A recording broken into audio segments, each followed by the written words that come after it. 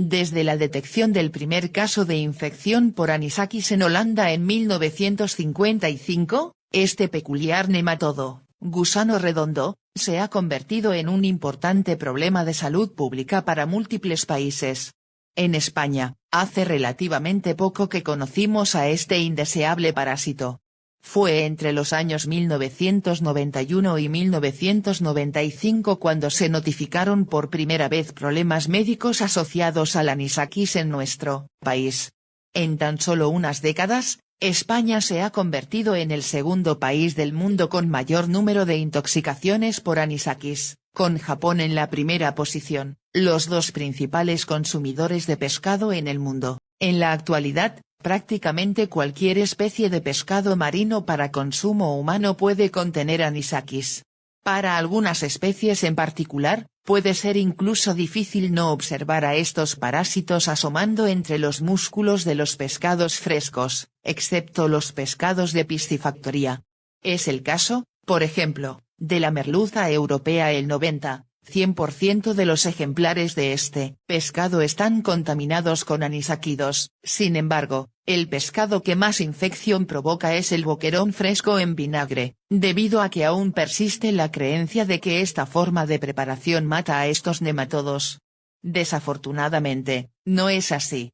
Un estudio publicado en Scientific Reports estima en 8.000 los casos de infecciones por anisakis al año en España causados por el consumo de dicho plato y otros marinados de anchoas sin congelación previa. Además, este parásito también puede estar presente en crustáceos y cefalópodos, como el pulpo, la sepia, el calamar. Existen dos formas principales por las que el anisakis provoca daños en la salud humana. Una es la anisakiasis y consiste en la infección por este parásito del aparato digestivo tras consumir alimentos crudos, marinados o poco cocinados, en los que las larvas de anisakis siguen estando vivas. La presencia del nematodo puede provocar una gran variedad de síntomas gastrointestinales inespecíficos, horas o días después de su consumo: dolor abdominal, vómitos, diarreas, náuseas, fiebre ligera. En ocasiones puede confundirse con otros problemas como obstrucciones intestinales o apendicitis. Afortunadamente, este cuadro médico suele resolverse por sí solo sin mayores problemas. Se desconoce cuál es la frecuencia real de anisakis en la población española, ya que suele confundirse con una intoxicación alimentaria. La otra forma en la que el anisakis produce enfermedades es a través de reacciones alérgicas mediadas por anticuerpos IgE. Estas alergias ocurren minutos u horas tras la ingestión de larvas de anisakis y su gravedad puede variar mucho según la susceptibilidad de la persona. En los cuadros más leves, se observa urticaria, ronchas con picor, o angioedema, hinchazón de los tejidos subcutáneos y submucosos. En los casos más graves, ocurre un shock anafiláctico, reacción alérgica global y grave, y la muerte. Además, la reacción alérgica puede aparecer combinada con la anisakiasis en raras ocasiones. Existen dos métodos principales para evitar, parcialmente, los estragos del anisakis: la congelación de la pieza a -20 grados Celsius, -4 grados Fahrenheit, o inferior durante al menos 5 días, y el tratamiento térmico hasta el centro del pescado a 60 grados Celsius, 140 grados Fahrenheit, durante mínimo 10 minutos. Sin embargo, lo cierto es que, aún siguiendo estas recomendaciones al pie de la letra, algunas personas alérgicas podrían seguir estando en peligro al consumir larvas muertas de anisakis, y es algo que muy raramente suele explicarse en los medios de comunicación.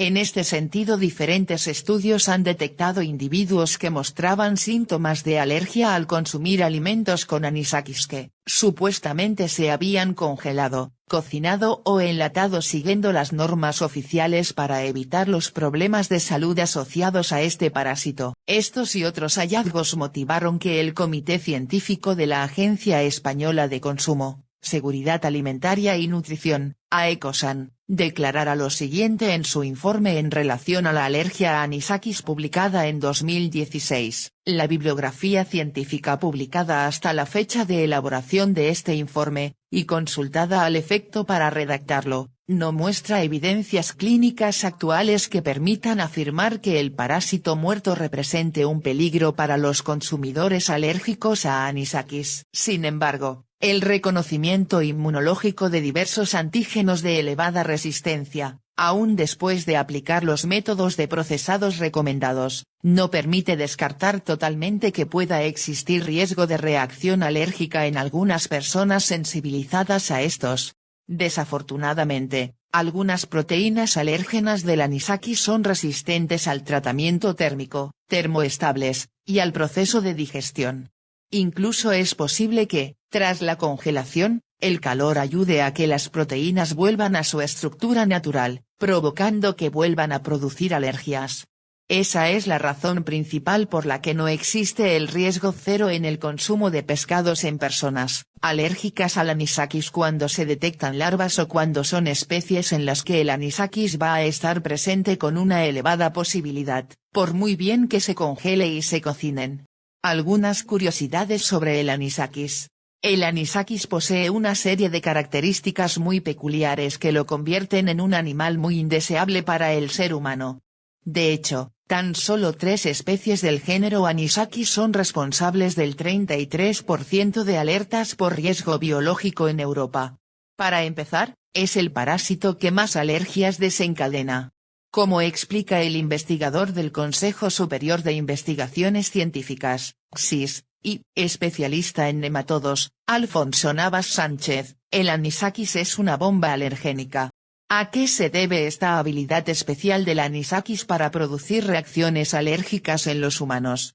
Un estudio llevado a cabo en 2018 por el CSIS, liderado por Navas, estimó el número de potenciales alérgenos del anisakis a través del análisis de secuencias genéticas de este gusano y la comparación con las secuencias genéticas de los alérgenos alimentarios. Así, al saber las secuencias genéticas, es posible deducir gran parte de la composición de las proteínas resultantes y conocer cuán similares son las proteínas del anisakis con respecto a los alérgenos alimentarios.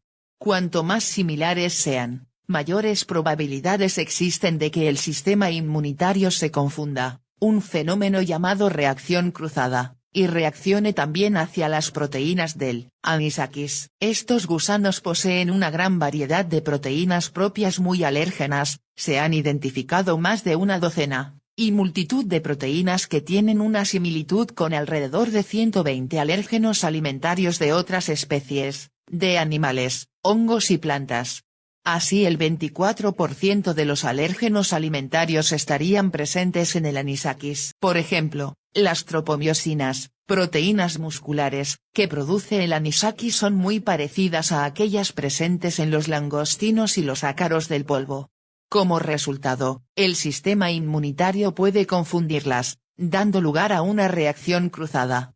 Así, si una persona es alérgica a los ácaros del polvo podría reaccionar también al anisakis. Además de alérgenos en abundancia, el anisakis posee también una gran variedad de bacterias.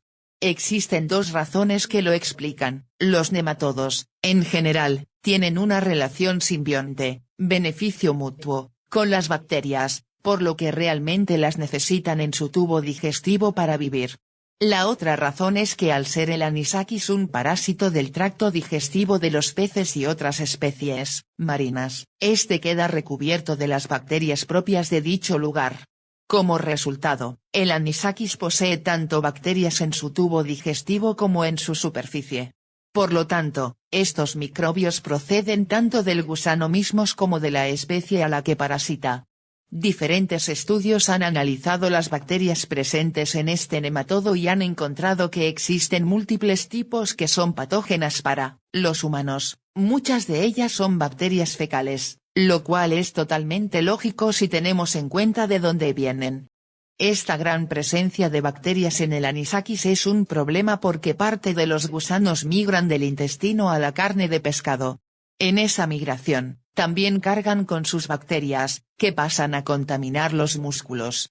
Esta contaminación bacteriana tiene 2 consecuencias: favorece la degradación del pescado, reduciendo el tiempo apto para el consumo, y podía desencadenar intoxicaciones alimentarias, según el tipo y la cantidad de bacterias patógenas presentes. Como puedes ver, a pesar de que los seres humanos somos huéspedes accidentales del anisakis y este no es capaz de sobrevivir cuando nos infecta más de 2 días, este gusano está muy bien preparado para fastidiarnos antes de morir. Antes muerto que sencillo.